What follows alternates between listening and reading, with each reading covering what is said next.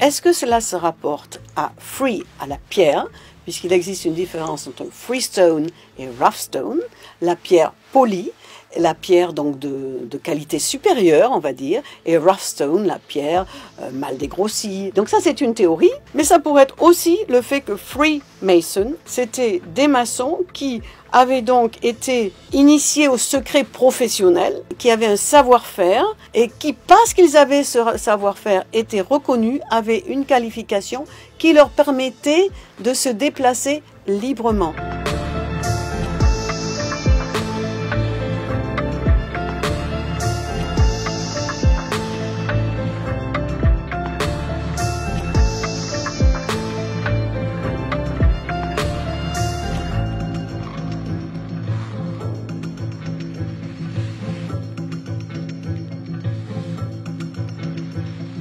Pour rassembler des hommes très différents, avec des convictions politiques, religieuses différentes, eh bien, il fallait pour cela qu'il y ait un esprit de tolérance religieuse et de relative tolérance politique. Et ça n'a pu apparaître qu'après la glorieuse révolution de 1688, qui a mis un terme à la monarchie de trois divins.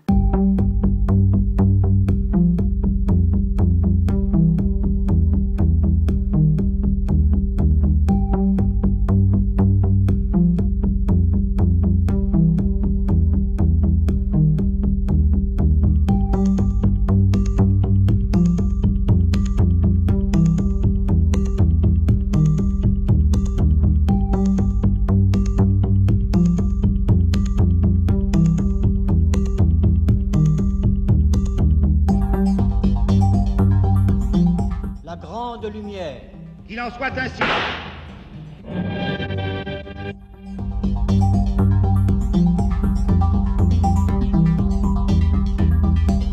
Vous avez ici d'abord l'équerre, le compas. Tout cela, ce sont des outils de bâtisseurs. On va faire un parallèle entre la rectitude, la droiture de l'individu et la règle. On va même parler de géométrie morale. Et ça, c'est l'esprit des Lumières, l'esprit très rationnel des Lumières.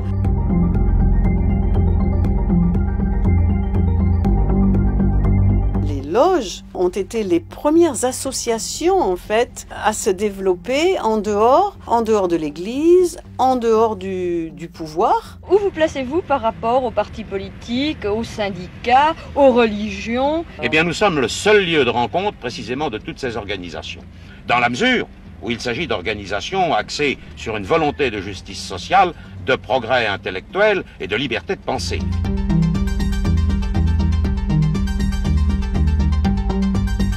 Qui fut franc-maçon?